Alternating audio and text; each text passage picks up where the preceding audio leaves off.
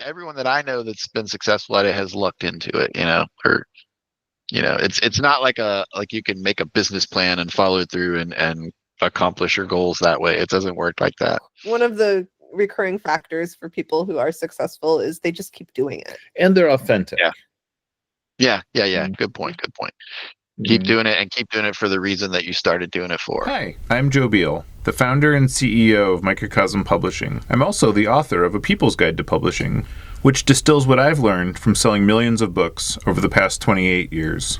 I'm Elly Blue, the Vice President of Microcosm. We started this podcast to share what we've learned with newer publishers, so you can learn from our mistakes.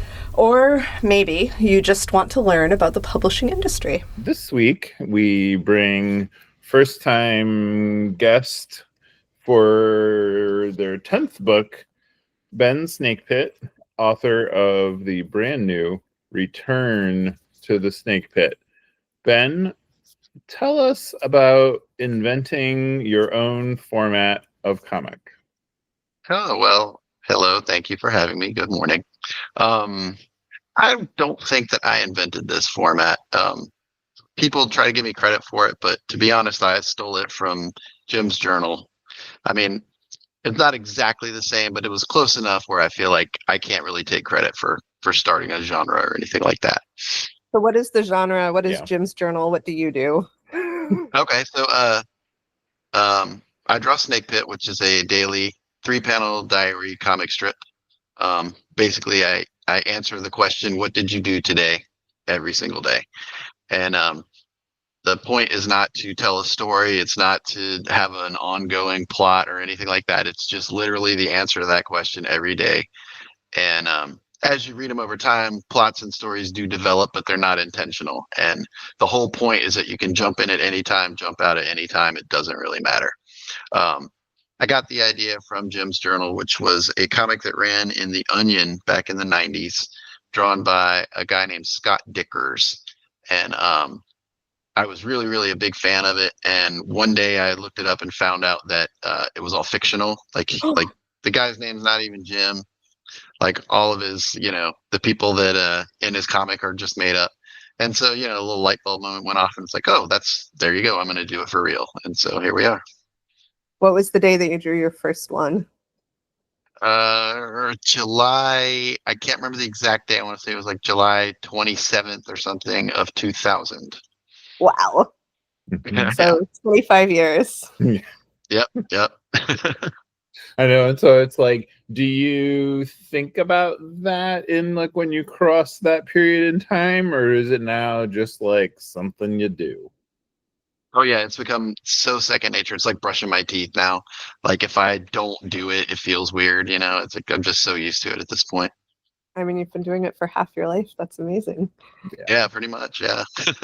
That's really cool. So every few years, I guess now every 3 years, it hasn't always been that way, you compile 3 years of these comics and rush them to the publisher, more or less. And a book comes out and Return. So tell us about Return to the Snakepit, which has just come back from print. Yeah. So it's been a very eventful last 3 years. The book starts with me and my wife Karen living in San Francisco. We had been there throughout the pandemic, and we were both settled into life pretty well. We both had jobs we liked and lived in a place we liked. Everything was going pretty good. In chapter 2 of the book, which, I break it up into 3 chapters, one for each year. Chapter 2 of the book, I have a family emergency and I have to rush back to Richmond to take care of my mother. And we end up just deciding to move to Richmond. And that's what happens in chapter 2. And by chapter 3, we are established in Richmond, where we are happily living now. So you're in Richmond right now. Nothing has nothing has dramatically changed since December 31st. Well, not yet, but give it time. Yeah. Mm-hmm. So the thing that I always find fascinating is like I've known you not since the very beginning, but almost the beginning. I think I met you in 2001 or 2002. Yeah. And the thing that has fascinated me is it's like any other zine where people think they know your life because they know your expression and your like creative output. And I will see this a lot where people are like, you know, you were like an early parasocial relationship where like people that have maybe never met you or maybe met you in passing feel like they have the whole picture, because you do actually convey pretty openly and honestly, because you don't know what will become important later, and you are actually trying to show what's substantive in each day.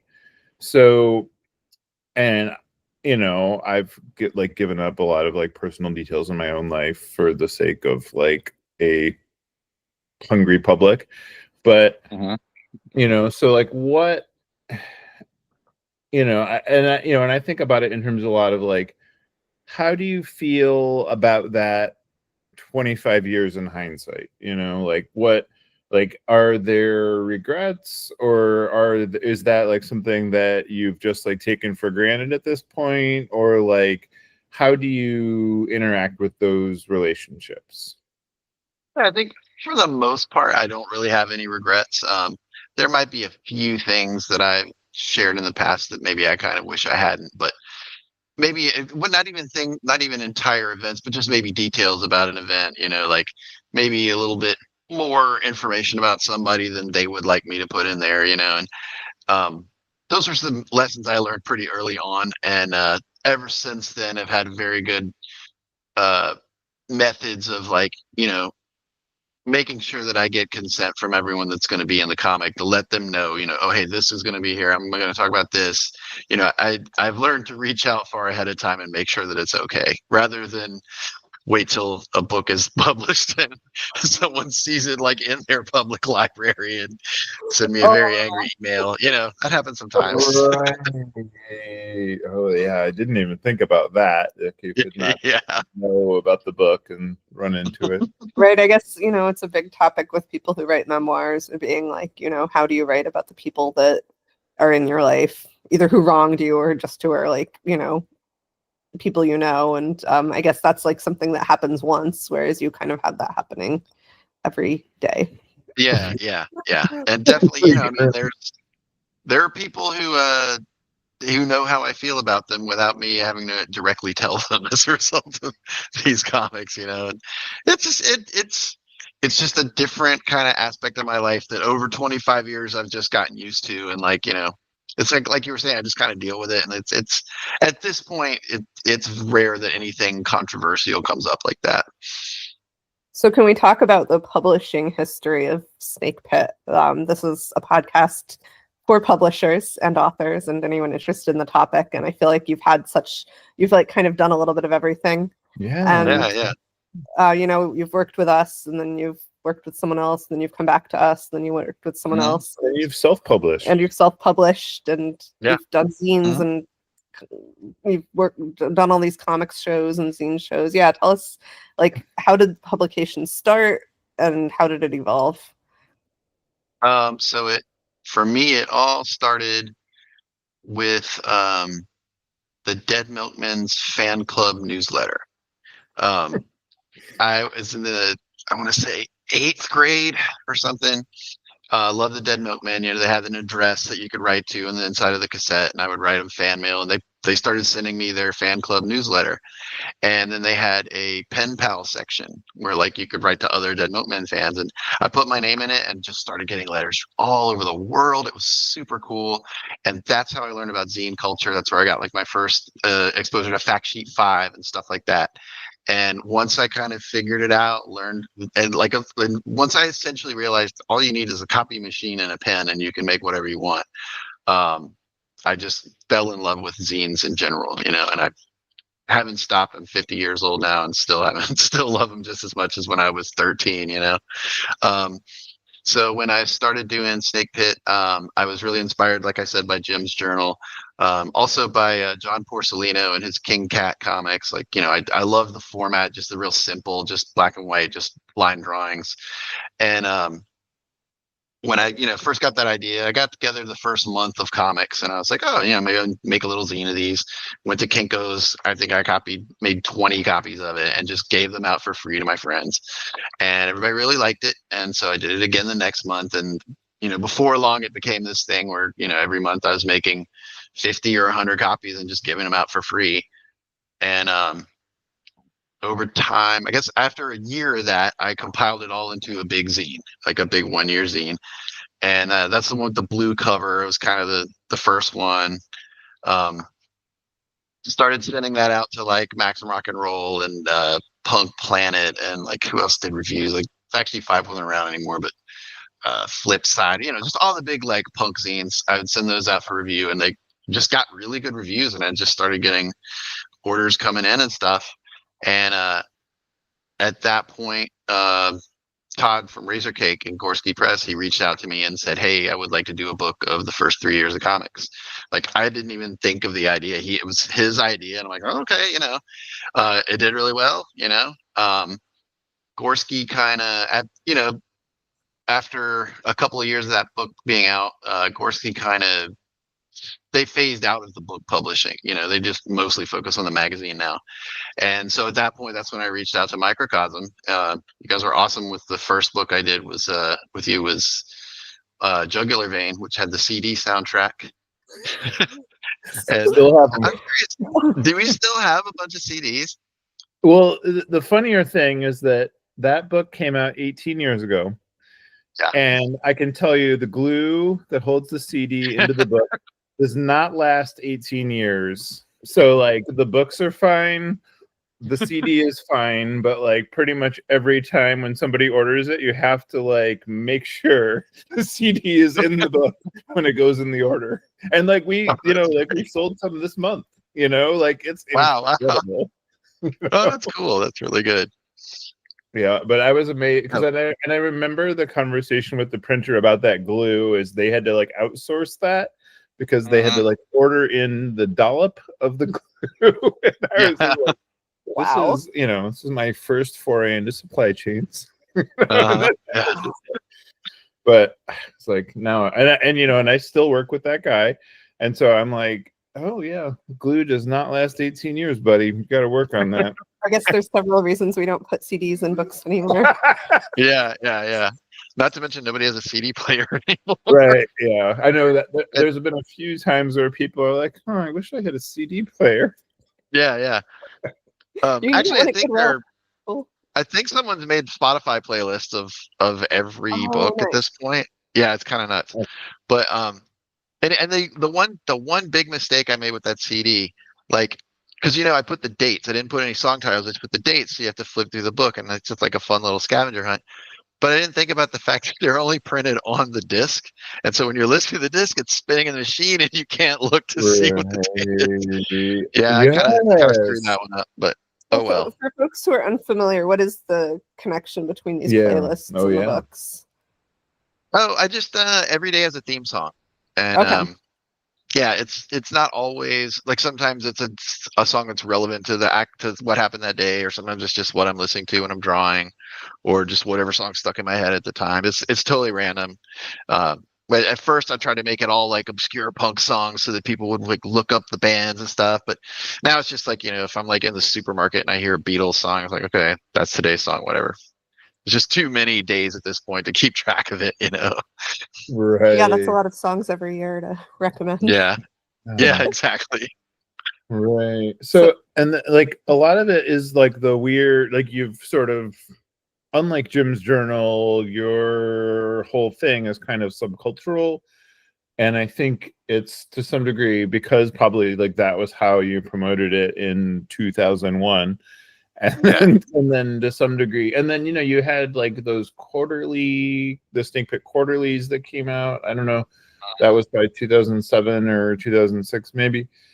And then, but even those, like it, like what you were writing about and like what because it's your life and what you were involved in, like it was always like it like wasn't mainstream. Right. Yeah, totally. But then the interesting thing is that's kind of like how all of your work gets sort of lumped in with, because of what it's about. Yeah. Oh, definitely. I'd still consider it a punk zine at heart. It's basically is a homemade magazine about music. So like. Right, but just 300 pages. Uh-huh. Yeah, not really homemade anymore at this point, but um, No, Right. we've the all grown idea up behind it, and yeah, totally. professionalized to some extent. But then you would do it like even with those, you would have like guest artists do the covers, but they would be like subcultural artists. They weren't, it wasn't. I don't know. You weren't getting like X-Men artists. Right, right, right. Yeah, that those quarterlies, that was Todd Parkhill, an old friend of mine who he ran a publishing company called Young American Comics, and it was a kind of short-lived thing, but the comics were, they were like offset printed covers, like which was like, in 2006 or whatever. That was kind of rare to see that in a zine. And it was like the first time I had ever done any full color anything. I remember like having to like go to my friend's house who had Photoshop and like get her to show me how to color in, like, yeah. And I'm sure you guys noticed like the art on those early ones, like the color was really bad. Like I didn't understand color theory or how to use a palette, or, I mean, that's the cool thing about working with Microcosm for as many years as I have, is like we've kind of learned together how to do this shit, like I'm sure that you enjoy the files that you get from me now a lot more than what you were getting from me 15 years ago. Where like I feel like one time didn't I just send you like a stack of Xeroxed pages like in an envelope? I think I did. Probably. The first 10 years of being Microcosm, I want to say even more than that, like everybody just mailed us handmade pay stubs. Like there was no digital file. And so it was like somebody would have to scan every page and then sequence it and then put it into a layout and then like clean it up. And like I feel like we only got out of that like maybe not even, because it's like a lot of the stuff, well, and a lot of it's aesthetic too, like sometimes that's like the look a person wants. But yeah, I think and like we have a lot of people that like still do that, but not everybody. Is that why? Is that why we have stickers on one of the pages of, was it the 2007 or 2008 book? That was it. It was 2008, wasn't it? 2008. Yeah. I was wondering when this was going to come up. This was the curse of the snake pit. A deep controversy. No, this was somebody like whomever. So it used to be that like it was like the same people that worked in the warehouse did the book layouts and like worked in production, and they didn't. I think it was they put one of the pages twice. Is that correct then? Yeah. They left one page out and printed another page twice. Yeah. Right. And it wasn't discovered until it came back from print.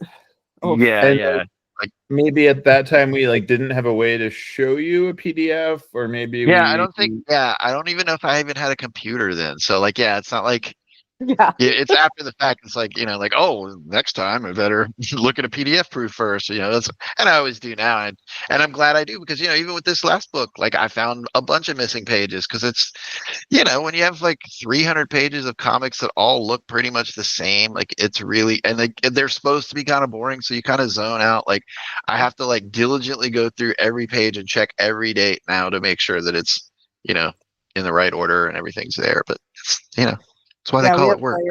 We have layers of checks for that now. Right. Like we have the author check, we have somebody on our team check, and if it's like a book that has a visual component, like yours are all visual, then we check twice.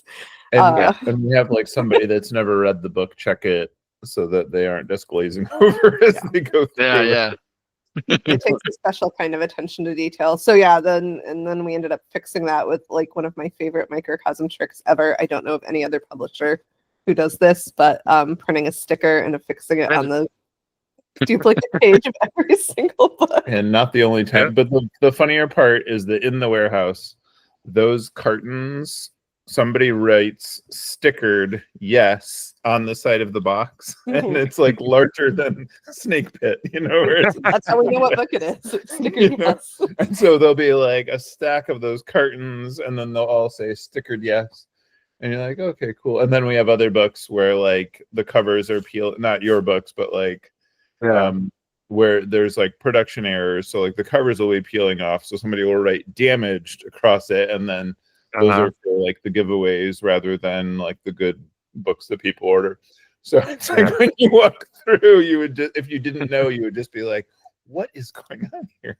We built this software from scratch to solve our own problems starting in 2001. It's not only the reason for our survival, but the reason we've been a Publishers Weekly fastest growing publisher 3 years in a row. Now we want to share it with you. Join Working Lit and get back the agency to understand your publishing business, market and sell your books, and painlessly pay royalties. Working Lit, doing the math for publishers. Visit workinglit.com to give it a try for free. So I feel like when I started 10 years ago, I learned about the curse of Snakepit, which is that like every single book we did, there was some kind of production error. Is this true? Is this what you believe? I don't know about every. Yeah. Are we going to break the curse with I think we have broken the curse We'll with see. Return Yeah, to Snakepit. the newest book looks beautiful. I don't see any problems with it at all. Love it. Very happy with it. Yes, Yet. that is very propitious. I know. I enjoyed, like, we used a different varnish on, I think, the first 6 or 7 books, but that was not Every single book has a different varnish on it. I think. I think Return has the same one as the second printing of Snakepit book, the yellow one. Okay. Right. Okay. Got it. Yeah. And the original Snakepit gloss. Is that? Yeah. But it was on like Gorski did it, and so it was on like really thin cardstock. The cover stock was very thin. Okay. I don't know that I have a copy of that one. But I only have 3 or 4 left myself, and like before you reprinted it, it was like I saw it on eBay for like $1,000. yeah, and that was I'm sure it was just some algorithm making that, because nobody is going to pay $1,000 for that shit.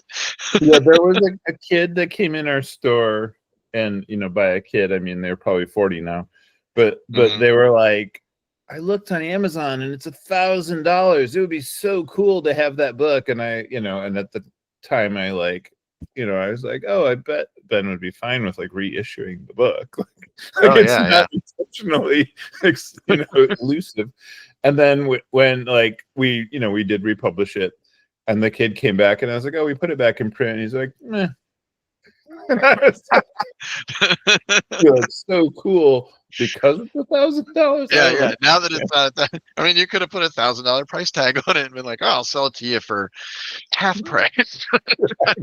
It's like that moment where you're like, do you only want it because you can't have it? Right. But, yeah, definitely. Collector.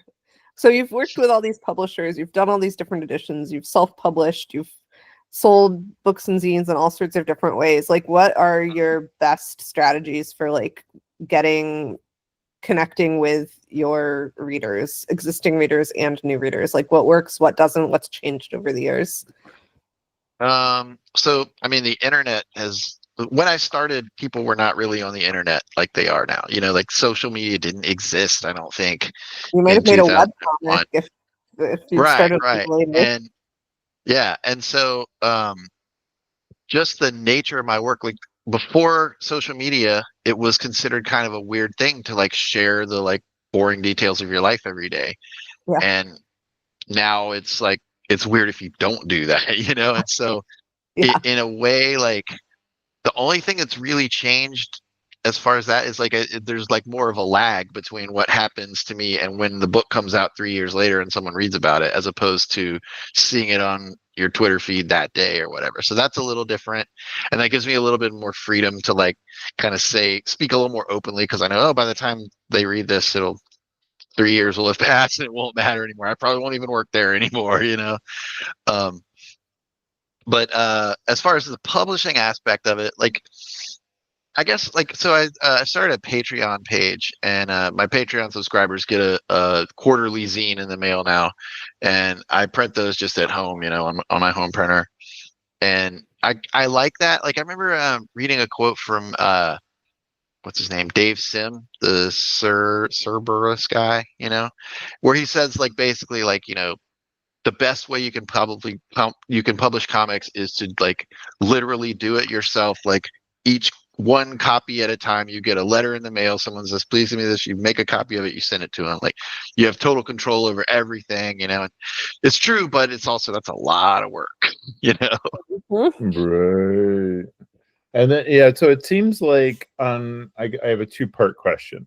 So like you have a lot of people that have followed it, maybe not the entire time, but they will pick it up and they're loyal to you. And when there's like a new book, they're like, oh, they just immediately order the new book. And that's really interesting to see. And a lot of people, even a lot of authors, don't have an author relationship like that with their fans. Like people will be, and you know, because books are mass manufactured, so there's like a weird idea that like, oh, like I'll go get it later, you know, whereas like your fans are like, oh, it's out, oh, okay, I'm going to order it right now, and then I'm going to read it right now, and then I'm going to like maybe like make jokes, and they like can kind of interact with you on social media and like make reference to things that happened. And so I feel like that's like one way where like the relationship has evolved. And you know, and but like, are you open to people doing that? Is that weird? Is it weird that people like, you know, like develop a parasocial relationship with your dogs or like with your coworkers or things like that? Yeah, I don't. I think it's cool. I mean, I like that it, you know, people actually are reading the comics and like it. You know, I think that's awesome. I love getting emails from fans, like you know, all the time. I always make it real clear. It's on my websites in the book. Just send an email to me and I will write you back like right away. You know, I love doing that.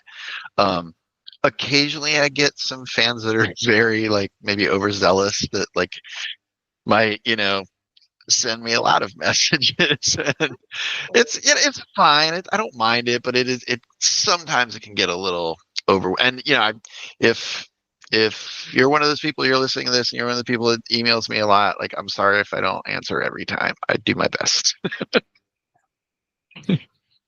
I have a second part to that question, but like, Okay.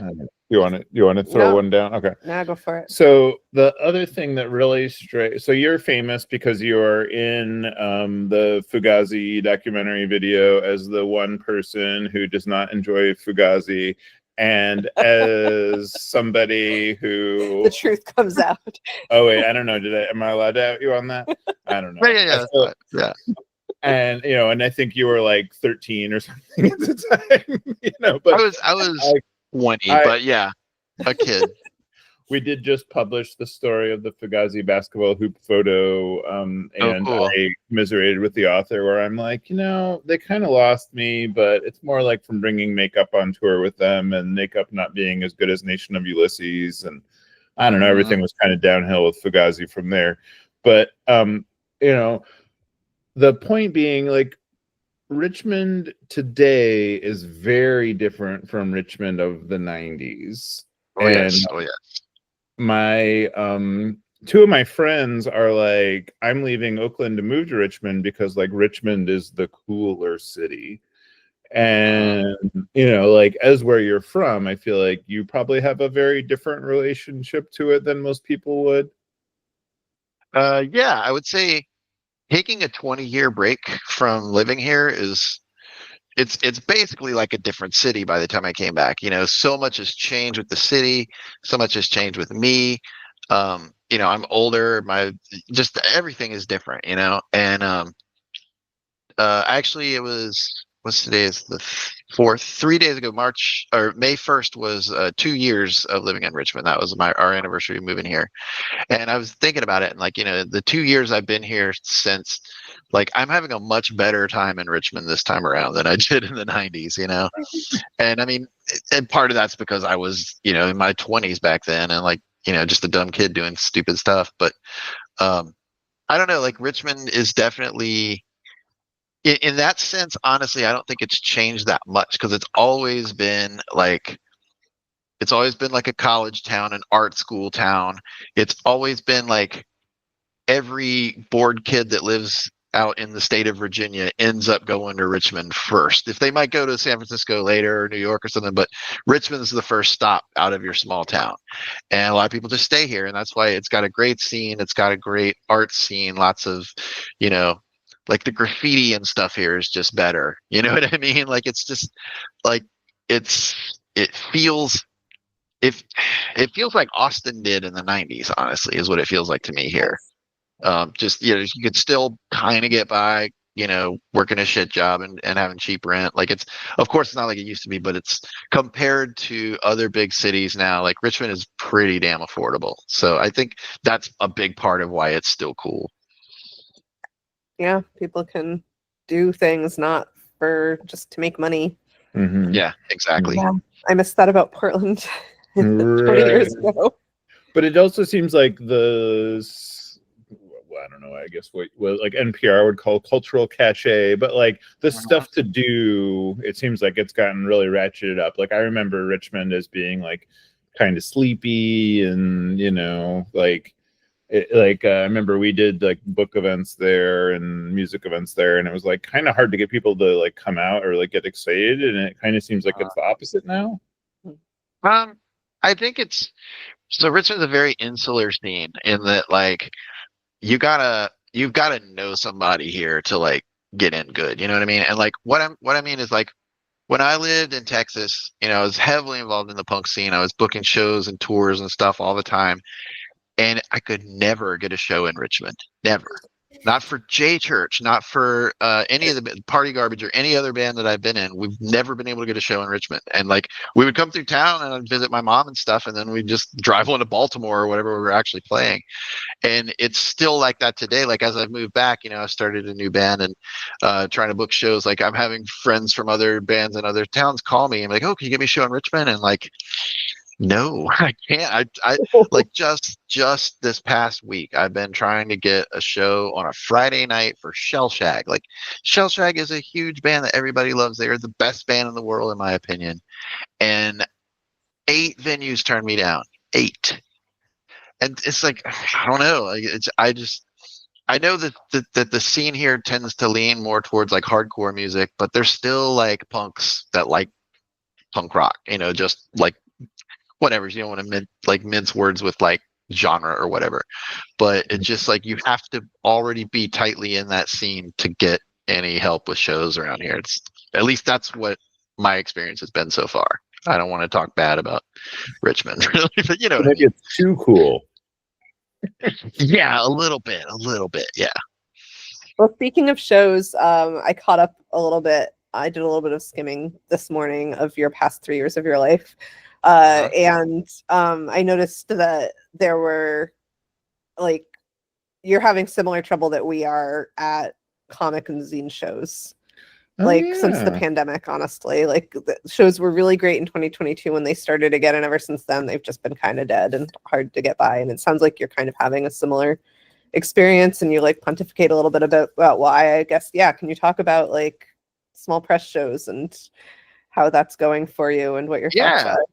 Yeah, definitely. So I mean, I've been doing like, I guess Portland Zine Symposium was the first one I did, which was what, 2001 or something. That was a long ass time ago. Wow. And so I've been doing them that long, and you definitely have seen an evolution of how the shows are run and the crowds that come out, the people coming out.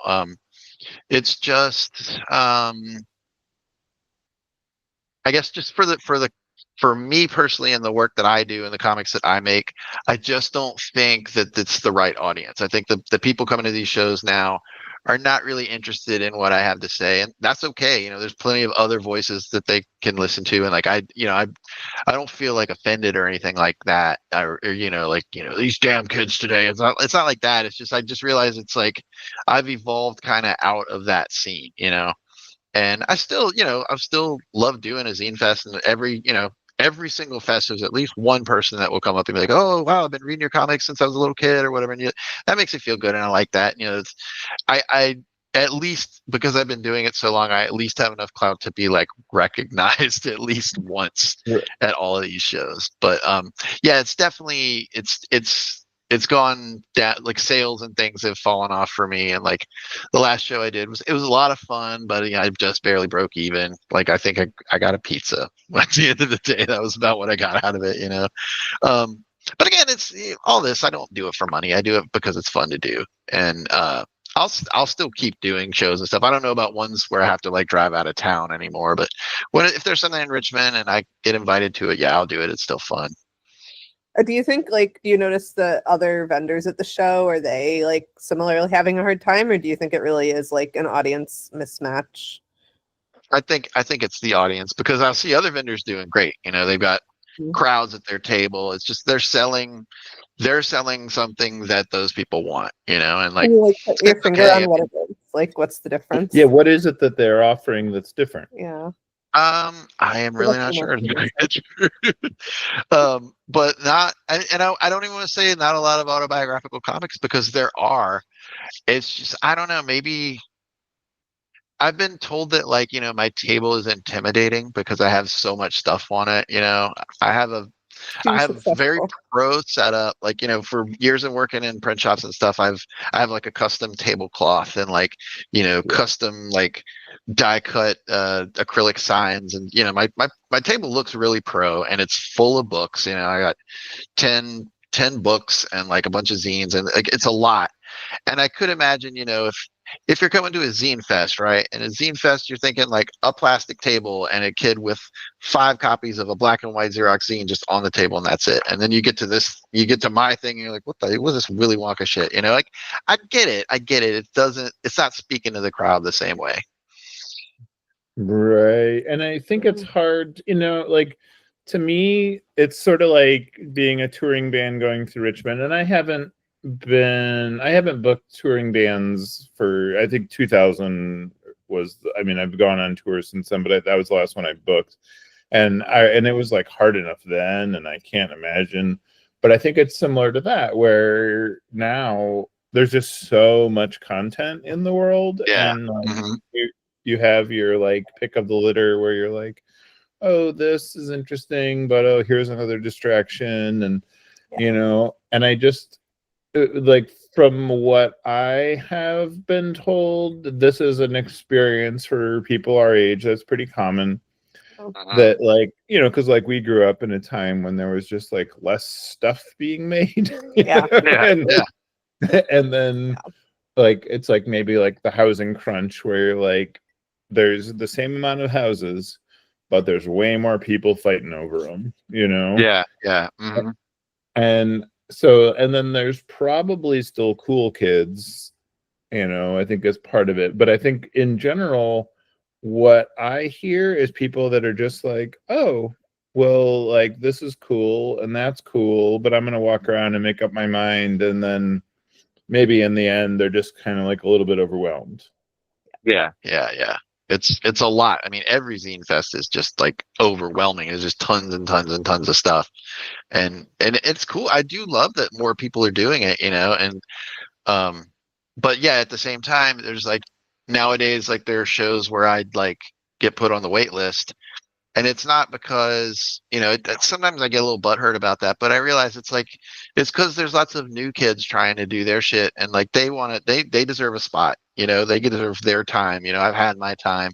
And so I try to keep that in mind and not get too mad about it. And generally, like, the shows that I really want to do, like, if I've, like, there was one here in Richmond, like, not long ago, where I got waitlisted, and like, I was like, oh, I'm gonna debut my new book and everything, and I just kind of reached out to the promoter and just said, like, I wasn't mean or anything. I was just like, I'm really bummed. I was really looking forward to the show, and and she was super cool, and she's like, oh, you know what, we'll make a table for you, and she did. They ended up fitting me in. It was awesome. I had a great time, and like, much respect to Comic Arts Richmond. Our industry is run by billionaires and conglomerates. At Microcosm, we wanted the freedom to independently sell our books, easily pay royalties, manage our inventory, and understand our business all in one place. That's why we've been using our own software since 2001. Now, we want to share it with you.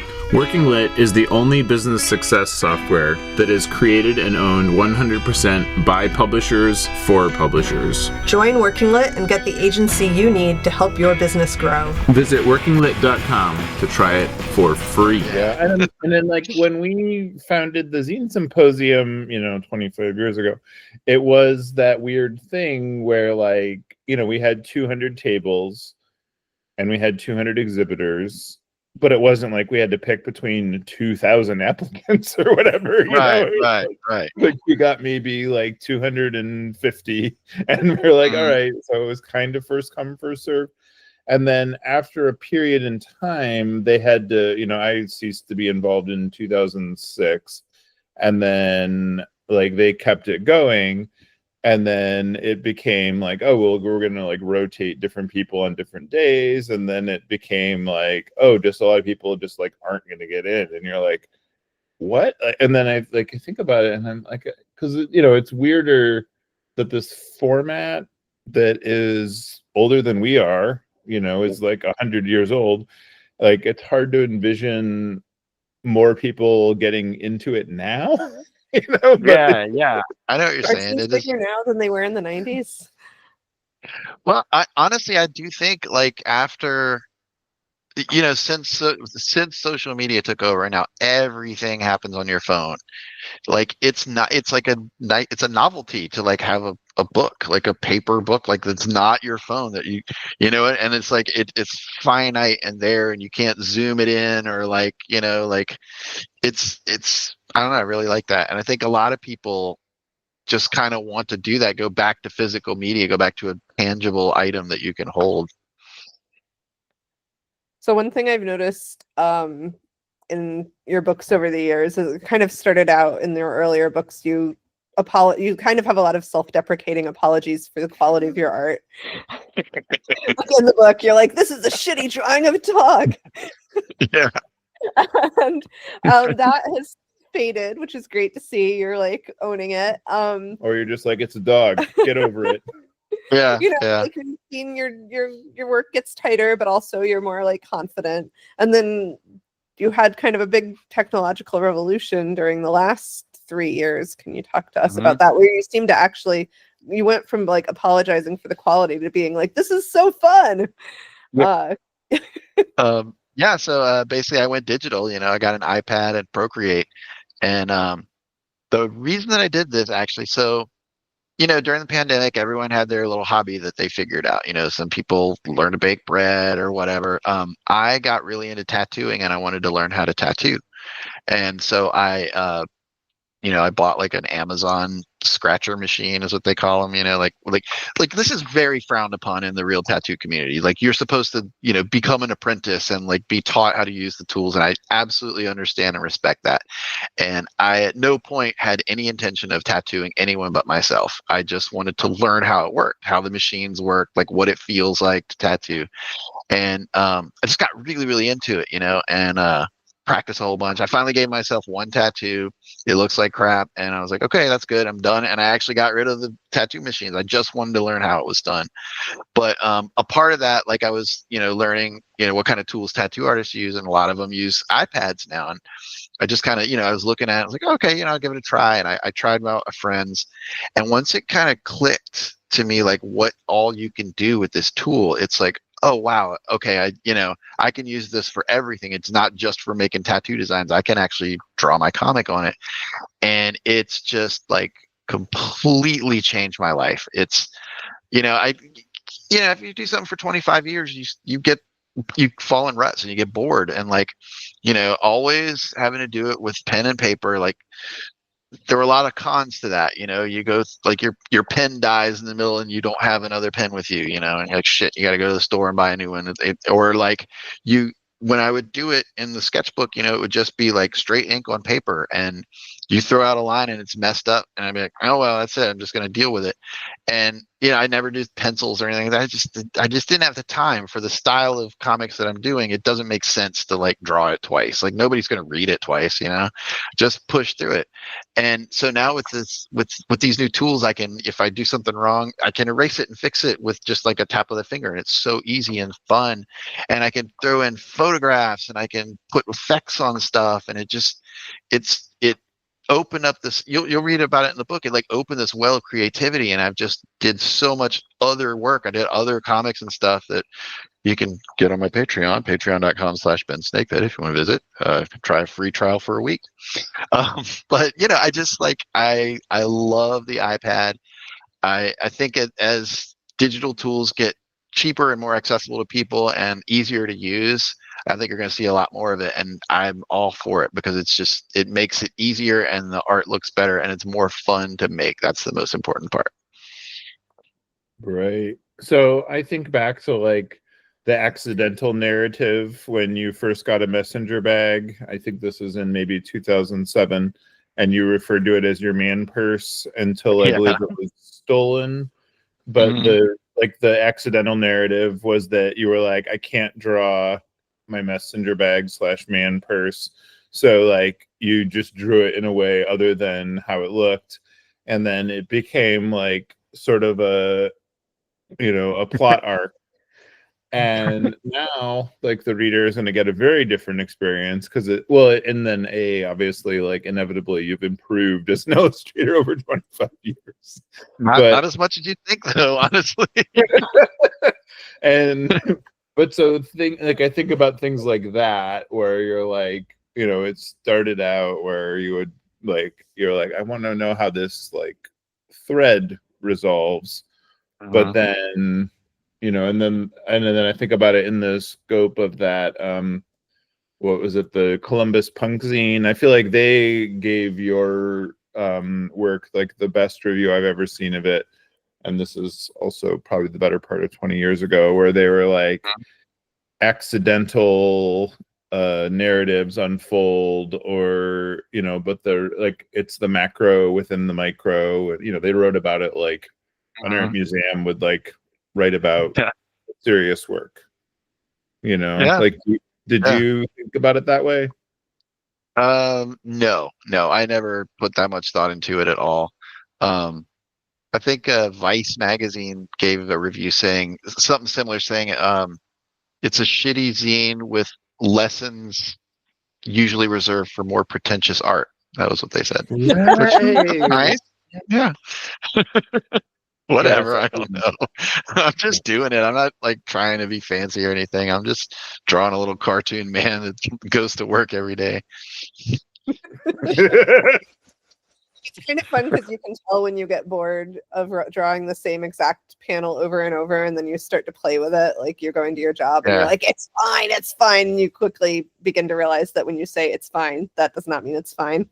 And I feel like that's like a cool, unexpected benefit of the medium, is you kind of, we've all had the job, I think, where it's monotonous enough that we start to play with it, and that's when you actually get good at it, Yeah, absolutely. You're totally right about that. Or like when the job falls apart, but it like falls apart gradually before our eyes. Yeah.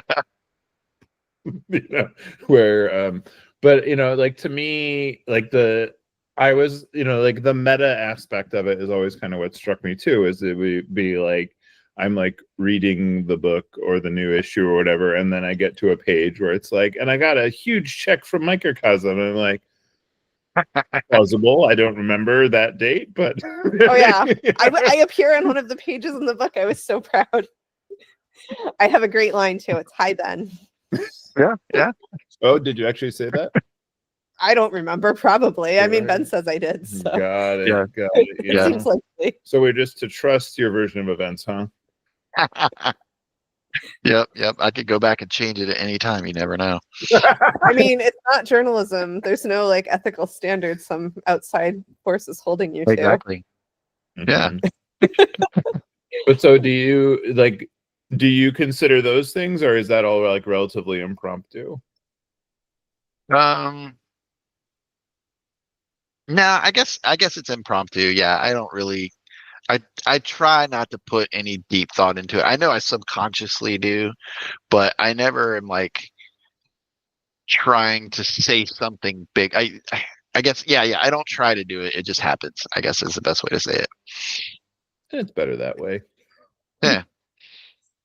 Well, do you have any words of wisdom that you'd like to offer to other maybe cartoonists or publishers or people out there putting creative work into the world? Or to people that have like imitated Snakepit as the used to be a trend?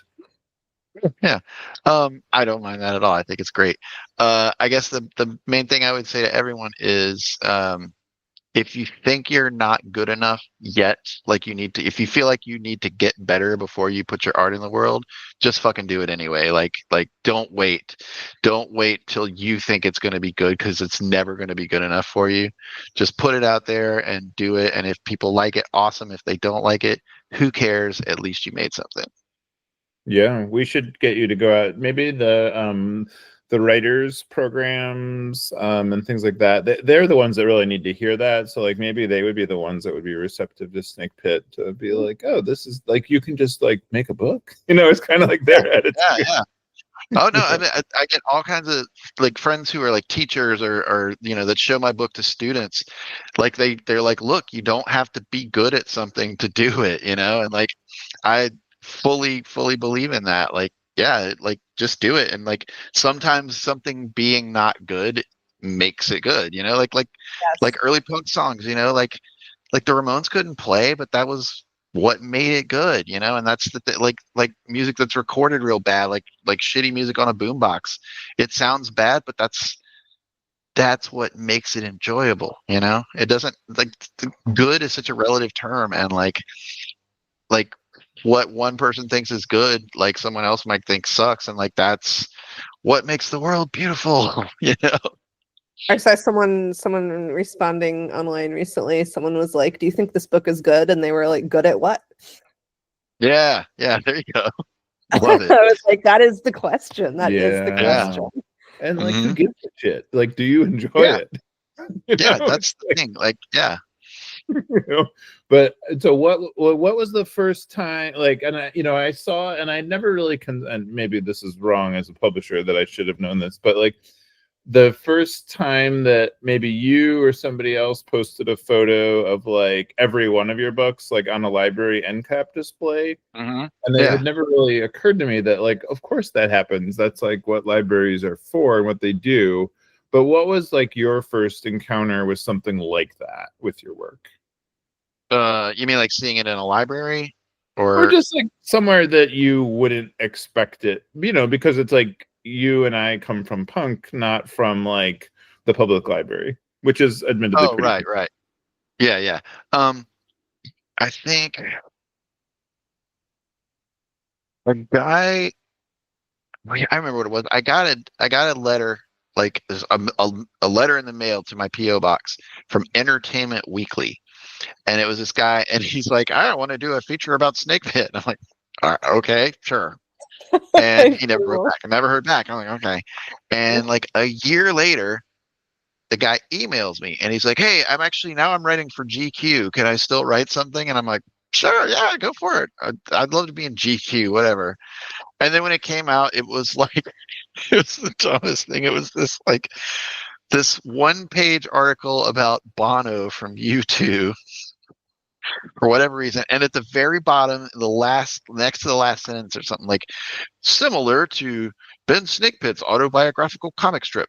And that was all it said. I'm like, wow, I like went to the store and bought this fucking $17 copy of GQ for that. Like, great. You know what I mean? It was stupid, but that's like the first time it was like weird. Like I realized that like non-punks actually were paying attention to that, which I kind of still don't care if they do or don't. I'm here for the punks. Have any of your books been banned? Oh yeah. I wish so much. I really do. Like, no, I mean, I don't want books to be banned, obviously, but like, I think it would be an honor to be like labeled a degenerate artist and have, you know what I mean? Like that would make me feel like I was doing something good. If somebody hated it so much that they wanted to ban it and not let other people read it, I maybe that's a shitty way of looking at it, but I just would love so much for my book to get banned somewhere. And we kind of weirdly had the opposite experience where like in what was that, 2008, when they somebody, we didn't do it, but somebody brokered all those copies that went to active duty military Oh yeah, yeah. people. Uh-huh. And That was that, I weird mean, and kind of cool. and it was like 1,000 of them, if I remember.